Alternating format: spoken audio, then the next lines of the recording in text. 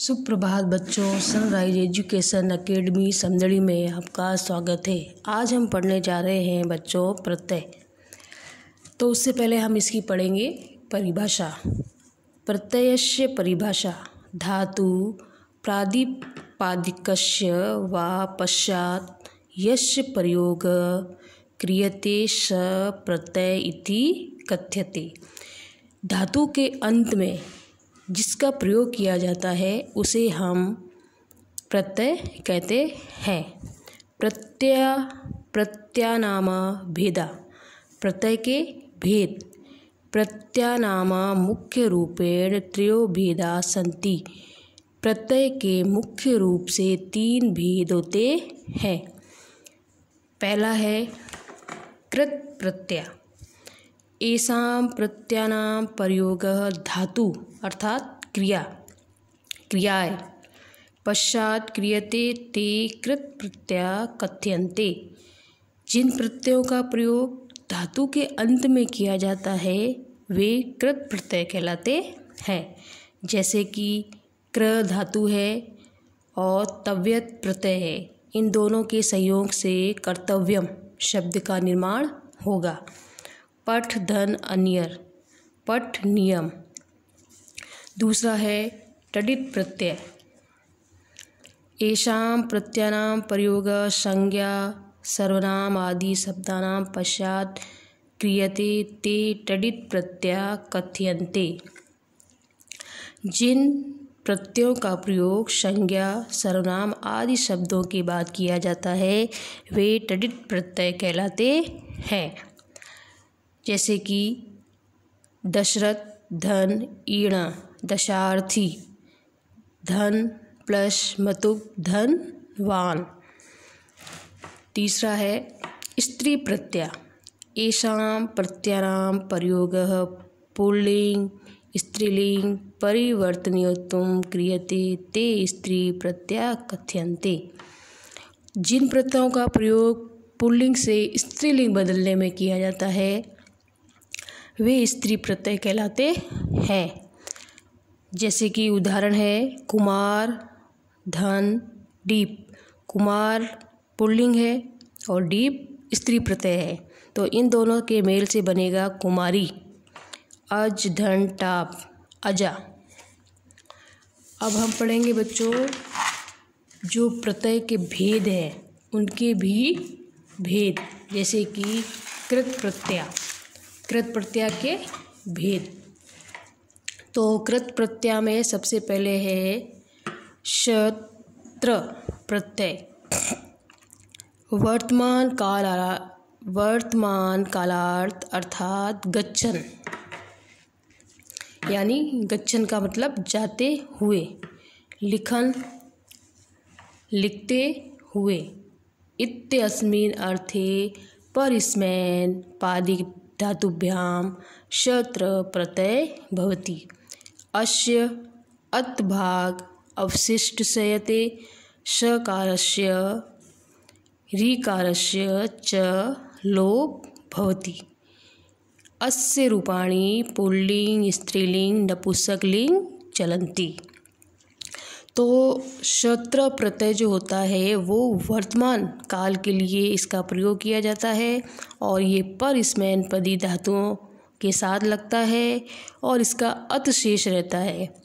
यानी कि इसका जो श, ये श और री, ये री की मात्रा इसका क्या हो जाता है, लोप हो जाता है और शेष क्या बचता है, अत शेष बचता है। और जो इसके रूप होते हैं वो तीनों में चलते हैं। पुल्लिंग में भी चलते हैं और स्त्रीलिंग में भी चलते हैं और नपुंसक लिंग में भी चलते हैं। देखो जैसे कि उदाहरण है धातु है पठ, प्रत्यय है क्षत्र। पुल्लिंग में इसका बनेगा पठन, स्त्रीलिंग में पठन्ति और नपुंसक लिंग में पठत। इसी तरह से अस धन क्षत्र सन सती और सत। लिख धन क्षत्र लिखन लिखन्ति और लिखत। पठ पच धन क्षत्र पचन पचन्ति और पचत। गम धन क्षत्र गच्छन गच्छन्ति और गच्छत। भू धन शत्र भवन और भवंती और भवन। तो एक तरह से देखा जाए तो बच्चों देखो पुल्लिंग में इसका जो अंतिम वर्ण है वो सब में न निकल रहा है, तो हम आसानी से पहचान सकते हैं कि इसमें सत्र प्रत्यय है। और यदि स्त्रीलिंग है तो स्त्रीलिंग में बड़ी ई की मात्रा सभी जगह आ रही है। नपुंसकलिंग में शब्द के अंत में त निकल रहा है। और अत देखा जाए तो यह अ की मात्रा इधर है तो तो इस तरह से अत भी इसमें निकल रहा है। तो इसी तरीके से बच्चों आपको गृह कार्य में ये जो मैंने धातुएं दिए मिल, नी, गण, चिंत, ग्रार, ताड़, नृत्य, पा और प्रच, ये आपको होमवर्क में स्वयं करने हैं। पुल्लिंग के यहाँ स्त्रीलिंग और फिर नपुंसक लिंग, बिल्कुल इसकी तरह ही अपन को चलना है। अब हम पढ़ेंगे कृत प्रत्यय का दूसरा भेद, सानच प्रत्यय। सानच प्रत्यय भी शत्र प्रत्यय के समान ही है। वर्तमान कालार्थ आत्मपदी धातुभ्याम सानच प्रत्यय भवति। इसमें पर स्मैन पदी धातु तो है ही है, इसके साथ में आत्मैन पदी धातु भी चलेगी। अस्य शकारस्य चकारस्य च लोप भवति। श और च इसका लोप हो जाता है। आन इति अवशिष्यते और आन शेष बचता है। अस्य रूपाणि पुल्लिंग रामवत, स्त्रीलिंग रमावत और नपुंसकलिंग च फलवत चलन्ति। इसके जो रूप है पुल्लिंग में राम के समान चलेंगे, स्त्रीलिंग में रमा के समान चलेंगे और नपुंसकलिंग में फल के समान चलेंगे। जैसे कि इसके उदाहरण हैं, धातु है सेव, प्रत्यय है सानच, दोनों मिलकर पुल्लिंग में सेव मानः शब्द का निर्माण करेंगे। स्त्रीलिंग में सेव माना और नपुंसकलिंग में सेव मानम। आन देखो बच्चों यहाँ पे आ की मात्रा है तो आ न शेष बच रहा है, इसमें आना शेष बच रहा है, इसमें आनम शेष बच रहा है। अब सेव माना है तो ये जो रूप है ये राम के समान है, जैसे रामः होता है ना वैसे। इसी तरीके से सेव माना ये रमा के समान है, क्योंकि रमा की जो प्रथमा विभक्ति एक वचन होती है वो रमा होती है। उसी तरह से इसमें भी आ की मात्रा आई है। और सेव मानम में ये फल के समान चल रहा है, फलम, तो उसी तरीके से सेव मानम।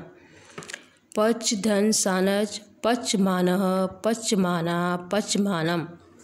मुद धन सानच मोद मानः मोद माना मोद मानम। विद धन सानच विद्यमान विद्यमाना विद्यमानम। व्रत धन सानच वर्तमान वर्तमाना वर्तमानम।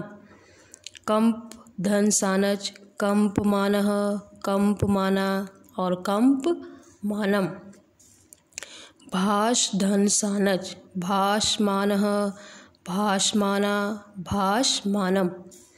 मन धन सानच मन्य मानः मन्य माना और मन्य मानम। तो इसी तरीके से आपको गृह कार्य में मैंने यहाँ पे धातुएं लिखी है, इनको आपको स्वयं यहाँ बनाना है। पुल्लिंग के, स्त्रीलिंग के और नपुंसकलिंग के बाकी वाले आप यहाँ पे स्वयं करोगे होमवर्क में। इसके बाद में हम पढ़ेंगे कृत प्रत्यय का तीसरा भेद, जिसका नाम है तव्यत प्रत्यय। तव्यत प्रत्यय तव्यत प्रत्ययस्य प्रयोगः हिंदी भाषायै चाहिए अथवा योग्य इत्यस्मिन् अर्थ भवति। अर्थात तव्यत प्रत्यय का प्रयोग जो है हिंदी भाषा में चाहिए अथवा योग इस अर्थ में होता है। अस्य तव्य भाग अवशिष्ट सह्यते। इसका तव्य भाग जो होता है वह शेष रहता है। तकारस्य च लोप भवति। त का लोप हो जाता है।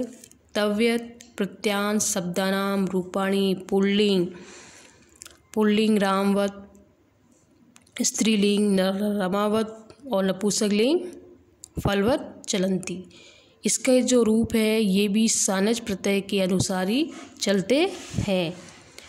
और इसमें तव्यत में जो ये अंतिम वाला जो वर्ण होता है त, इसका लोप हो जाता है और तव्य शेष रहता है। अब इसके जैसे उदाहरण है, धातु है पठ, प्रत्यय तव्यत, पुल्लिंग में पठी तव्यः और स्त्रीलिंग में पठी तव्या, नपुंसकलिंग में पठी तव्यम। फिर एद धन तव्यत, एधि तव्य, एधि तव्या, एधि तव्यम। भू धन तव्यत, भवि तव्य, भवि तव्या, भवित तव्यम। दा धन तव्यत, दातव्य, दातव्या और दातव्यम। क्र धन तव्यत, कर्तव्य, कर्तव्या और कर्तव्यम। क्री धन तव्यत, क्रेतव्य, क्रेतव्या और क्रेतव्यम। नी धन तव्यम, नेतव्य, नेतव्या और नेतव्यम। ग्रह धन तव्यत, ग्रहीतव्य, ग्रहीतव्या और ग्रहीतव्यम। चुर धन तव्यत, चोरित्वा, चोरितव्य, चोरित्वा, चोरितव्या और चोर्यतव्यम। जी धन तव्यत, जेतव्य, जेतव्या और जेतव्यम। तो इसी तरीके से बाकी वाली जो धातु है मैंने यहाँ लिखी है, इसको आपको यहाँ पे गृह काल में ये आपको कार्य करना है। पुल्लिंग और स्त्रीलिंग नपुंसकलिंग में आपको इनको बनाना है। अब पढ़ेंगे हम कृत प्रत्यय का चौथा भेद। चौथे भेद में है, चौथे भेद का नाम है अनियर। अनियर प्रत्यय, अनियर प्रत्यय तव्यत प्रत्ययस्य समानार्थकः अस्ति।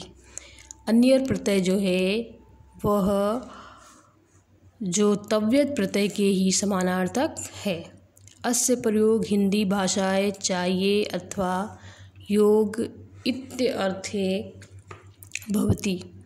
इसका प्रयोग भी हिंदी भाषा में चाहिए अथवा योग अर्थ में होता है। अस्य अन्य भाग अवशिष्टस्यते रेफस्य च लोप भवति। इसमें अन्य शेष रहता है। र जो होता है, ये जो अंतिम वर्ण होता है, इसका क्या हो जाता है, लोप हो जाता है और शेष बचता है अन्य। उदाहरण है इसके, धातु एद, प्रत्यय अनियर।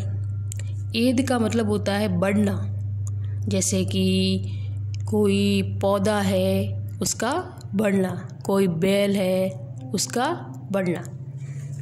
एद नियम, भू धन अनियर, भव नियम, पठ धन अनियर, पठ नियम, दा धन अनियर, दा नियम, क्री धन अनियर, क्रय नियम, क्र धन अनियर, कर नियम, पूज धन अनियर, पूज नियम, ग्रह धन अनियर, ग्रह नियम। अब देखो बच्चों, इसमें फ़र्क आया है। जैसे यहाँ पे तो सब जगह नी था, यहाँ पर ये अणा हो गया है, अणा वर्ण। जब हमने इस प्रत्यय लगाया है तो इसमें ये फ़र्क आया है।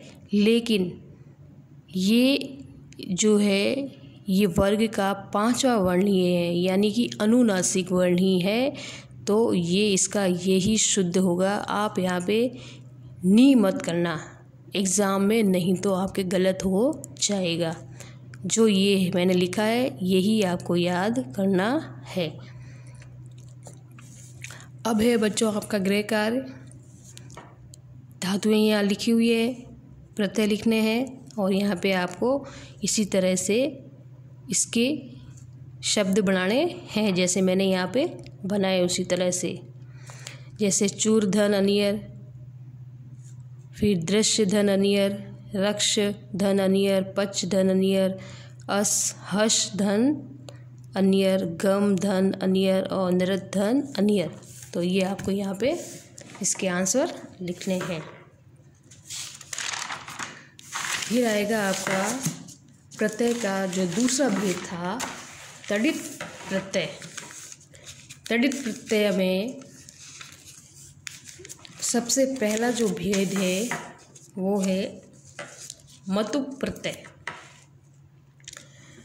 मतुप प्रत्यय तदस्य अस्ति, वह इसका है, अथवा बाला, अथवा अस्मिन् इसमें, इत्यर्थे तडित प्रत्ययस्य मतुप प्रत्यय भवति। अस्य मत भाग अवशिष्टस्यते ऊकारस्य पकारस्य च लोपो भवति। ऊ और प इन दोनों का क्या हो जाता है? लोप। मत इत्यस्य स्थाने कचित् वत् इति भवति। और क्या शेष बचता है? मत और वत्। मतुप प्रत्यांत शब्दानां रूपाणि पुल्लिंग भगवत, स्त्रीलिंग ई, प्रत्यय संयोज्य नदीवत, नपुंसकलिंग च जगत चलंती। अर्थात इसके भी तीनों रूपों में ये चलता है। पुल्लिंग में तो ये चलेगा भगवत के समान, स्त्रीलिंग में चलेगा ये नदी के समान, और नपुंसक लिंग में ये चलेगा जगत के समान। जैसे उदाहरण है प्रकृति। प्रकृति का मतलब वही शब्द या धातु। तो यहाँ पे क्या आया है? शब्द है। धन क्या है? शब्द। क्योंकि तडित प्रत्यय की परिभाषा क्या थी? संज्ञा सर्वनाम आदि शब्दों के पीछे प्रत्यय जुड़कर अर्थ में परिवर्तन करता है। धन प्लस मतुप, तो नपुंसकलिंग पहले है धनवत, पुल्लिंग में धनवान और स्त्रीलिंग में धनवती। गुण धन मतुप, गुणवत, गुणवान, गुणवती। रूप धन मतुप, रूपवत, रूपवान, रूपवती। ज्ञान धन मतुप, ज्ञानवत, ज्ञानवान, ज्ञानवती। स्पर्श धन मतुप, स्पर्शवत, स्पर्शवान और स्पर्शवती। फल धन मतुप, फलवत, फलवान, फलवती। हीम धन मतुप, हीमवत, हीमवान और हीमवती। गो धन मतुप, गोमत, गोमान और गोमती। श्री धन मतुप, श्रीमत, श्रीमान और श्रीमती। अब जो बाकी वाले हैं वो आपके होमवर्क में करने हैं। ये जो मैंने यहाँ शब्द लिख दिए हैं, आप यहाँ पे प्रत्यय लिखेंगे और फिर इनके नपुंसकलिंग, पुल्लिंग और स्त्रीलिंग रूप बनाएंगे। फिर है इसका दूसरा भेद। दूसरे भेद में इन ठन प्रत्ययो अतः इनि ठनौ आकारांत प्रातिपादिकात् तस्य अस्ति, वह इसका है, अथवा अस्मिन् इसमें, इत्यर्थे इनि ठनौ प्रत्ययो भवत। यानी कि इसमें भी जो आकारांत शब्द होंगे और जिसका अर्थ वह इसका है अथवा अस्मिन्, इन अर्थों में इसका भी प्रयोग होगा। इन्हीं प्रयोग काले इन्हीं प्रत्ययस्य इन अवशिष्टस्यते, अर्थात इन्हीं में इन शेष बचेगा। ठन प्रयोग काले प्रत्ययस्य उ इति शिष्टयते, इन्हीं को इन भी कहते हैं और ठन को इक भी कहते हैं। अब जैसे कि इसके उदाहरण है धन, धन इन यानी धनिन, इन्हीं प्रत्यय से क्या बन गया धनिन, और पुल्लिंग में इसका क्या बन जाएगा धनी। क्रोध धन इनी क्रोधिन क्रोधी, दंड धन इन दंडिन दंडी, बल धन इनी बलिन बली, गुण धन इन गुणिन गुणी, सुख धन इन सुखीन सुखी, दुख धन इन दुखीन दुखी, माया धन इनी माइन माई, शाला धन इन शालिन शाली, माला धन इन मालिन माली, पताका धन इन पताकिन पताकी। तो ये इस प्रकार से इन शब्दों का निर्माण हुआ। इसमें जो ये शब्द है इसके अंत वाला जो वर्ण है उसमें अ की मात्रा है, तो ये अकारांत के साथ भी जुड़ा है ये प्रत्यय, और यहाँ ये माया आ की मात्रा भी है, तो यह प्रत्यय आ की मात्रा के साथ भी जुड़ा है। फिर आपको यह गृह कार्य में करना है, इन्हीं प्रत्यांत और पुल्लिंग शब्द आपको बनाना है। ये मैंने यहाँ लिखे हैं, वीणा धन इन, वर्ण धन इन, पुष्कर धन इन, ज्ञान धन इन, योग धन इन, कुमुद धन इन और पद्य धन इन। ये आप स्वयं करेंगे होमवर्क में।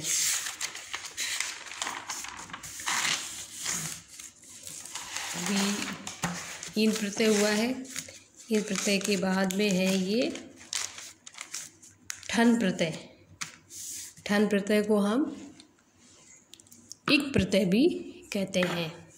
अब देखो बच्चों, दंड धन इन, दंड धन ठन इक दंडिक और दंडिकः, धन प्लस ठन धनिक धनिकः, हिरण्य धन ठन हिरण्यक हिरण्यकः, माया धन ठन माइक माइकः, वर्ण धन ठन वर्णिक वर्णिकः, योग धन ठन योगिक योगिकः, चर्म धन ठन चर्मिक चर्मिकः, वर्म धन ठन वर्मिक वर्मिकः, संज्ञा धन ठन सांज्ञायिक और सांज्ञायिकः, नौ धन ठन नाभिक नाभिकः।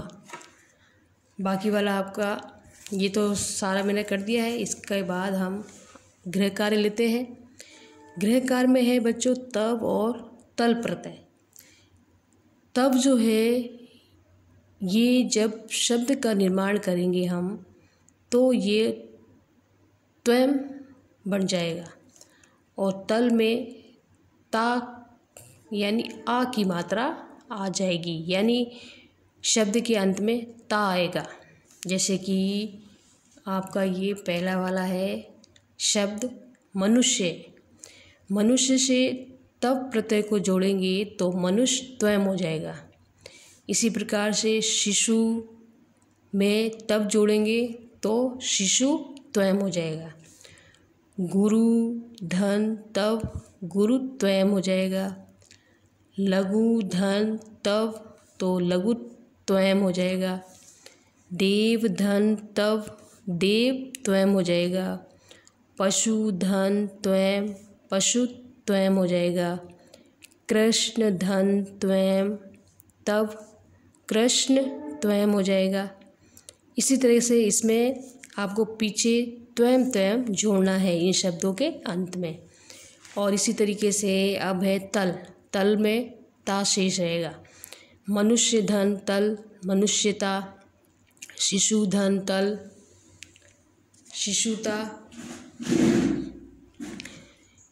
इसी प्रकार से ये जो बाकी वाले शब्द हैं ये आपको यहाँ लिखने हैं और फिर आपको इसमें तल प्रत्यय बनाकर शब्द बनाने हैं। एकदम सरल है ये आप स्वयं करना है। इसमें कुछ भी आपको परिवर्तन नहीं करना है, केवल आपको इसमें त्वम और इसमें ता जोड़ना है। अब हम पढ़ेंगे बच्चों स्त्री प्रत्यय। स्त्री प्रत्यय भी आपका ये जो है वो गृहकार में ही है। मैं आपको समझा दूंगी और आप स्वयं इसको करेंगी। स्त्री प्रत्यय जैसा कि हमने पढ़ा था कि पुल्लिंग से स्त्रीलिंग बनाते समय हम जिन प्रत्ययों का प्रयोग करते हैं उन्हें हम स्त्री प्रत्यय कहते हैं। तो स्त्री प्रत्यय का जो पहला भेद है वो है टाप प्रत्यय। टाप प्रत्यांत शब्दानां रूपाणि आकारांत स्त्रीलिंग ग्रामवत् चलन्ति। अर्थात कहने का मतलब है कि टाप प्रत्यय में जो है वो रमा के समान चलता है, यानी कि इसमें शब्द के अंत में आ की मात्रा आती है। अब शब्द है अज, टाप अजा, अश्व धन टाप अश्वा, मंद धन टाप मंदा, ज्येष्ठ धन टाप ज्येष्ठा, कृपण धन टाप कृपणा, शूद्र धन टाप शूद्रा, चटक धन टाप चटका, वस्य धन टाप वस्सा, घनिष्ठ धन टाप घनिष्ठा, क्षत्रिय धन टाप क्षत्रिया। अब इसी प्रकार से टाप प्रत्यांत शब्देषु आकारास्य इकार भवति, यानी कि अब जो हम शब्द बनाएंगे उसमें शब्द के अंत में आ तो आएगा ही आएगा, लेकिन जैसे कि ये मूषक है, इसका जो ये दूसरा वर्ण है इसमें ई की मात्रा भी आएगी। मूषक धन टाप से क्या बन जाएगा? मूषिका। और सर्वक धन टाप से सर्विका, बालक धन टाप से बालिका, ममाक धन टाप से ममामिका, कारक धन टाप से कारिका और साधक धन टाप से साधिका। तो ये है एकदम सरल, तो ये आपको करने हैं। फिर हम लेंगे बच्चों स्त्री प्रत्यय का डीप प्रत्यय। दूसरा भेद है इसका डीप प्रत्यय। डीप प्रत्यय भी सरल है बच्चों। डीप प्रत्यय में डीप प्रत्ययस्य ई अवशिष्ट सयते इकारांत रूपेण स्मरयन्ते। अर्थात डीप प्रत्यय में बड़ी ई की मात्रा शेष रहेगी और जिसे हम क्या कहते हैं? इकारांत, यानी बड़ी ई की मात्रा। शब्द कर्तृ धन डीप कर्त्री, कामिन धन डीप कामिनी, दंडिन धन डीप दंडिनी, राजन धन डीप राज्ञ, भवत धन डीप भवती, मतु श्रीमत धन डीप। अब इसमें बच्चों क्या है? श्रीमत धन डीप से श्रीमती भी बनेगा और यदि हम इसमें श्रीमत धन मतुप हो तो भी श्रीमती ही बनेगा। बुद्धिमत धन डीप बुद्धिमती, रूपवत धन डीप रूपवती, यजन धन डीप यजंती और पचन धन डीप पचनती। इस प्रकार से अब आपका इसमें गृह कार्य है। गृह कार्य देखो, शब्द दिया हुआ है और डीप प्रत्यय दिया हुआ है। कुरुचर धन डीप से आपको बनाना है, कुछ नहीं करना है, आपको सिर्फ बड़ी ई की मात्रा इस शब्द के अंत में जोड़नी है। नद धन डीप से नदी बन जाएगा, मद्रचर धन डीप से मद्रचरी बन जाएगा। बाकी वाले आपको इसी तरीके से करने हैं, केवल आपको बड़ी ई की मात्रा अंत में लगानी है। ये आपका गृह कार्य है, ये भी आपका गृह कार्य है बच्चों। इसमें भी आपको ये करने हैं सब। पंच तय डीप पंच तई, आक्षिक धन डीप आक्षी की, लावणिक धन डीप लावणी की, यादृश्य धन डीप यादृश्य सी, इतवर धन डीप इतवरी। बाकी वाले आप बना देना। अब है आपका बच्चों गृह कार्य। एग्ज़ाम में आपसे किस तरीके से प्रत्यय पूछे जाते हैं तो वो मैंने आपको गृह कार्य में दिया है। देखो, सबसे पहले तो पहला प्रश्न होता है एग्ज़ाम में, 2 तरीके से आपको ये प्रत्यय पूछे जाते हैं। कोष्ठकेषु प्रदत्त प्रकृति प्रत्यनुसारं शब्द निर्माणं कृत्वा रिक्त स्थानानि पूरयित्वा लिखतु। अब मनसा सततम, तो स्मृ धन अनियर से जोड़कर आपको बनाना है स्मरणीयम। ग्रामम गम धन शत्र, तो किससे क्या हो जाएगा?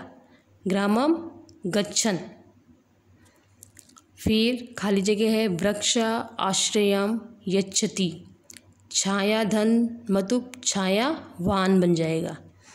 फिर खाली जगह है आम्रे वृक्षे मधुरम गायति, कोकिल धन टाप से कोयल या कोकिला, क्या हो जाएगा इसका? कोकिला। टाप में आ की मात्रा आ जाएगी। एक प्रश्न तो आपसे इस तरीके से पूछा जाता है, इसमें जो धातु प्रत्यय होते हैं वो अलग किए होते हैं, आपको जोड़कर यहाँ लिखना पड़ता है। दूसरा प्रश्न आपसे पूछा जाता है अधोलिखितानां वाक्यानां रेखांकित प्रकृतिम च प्रदत्त कृत्वा लिखतु। वचने क दरिद्रता, इसके नीचे अंडरलाइन की हुई है। जिस शब्द के नीचे अंडरलाइन होगी उसको आपको अलग करके लिखना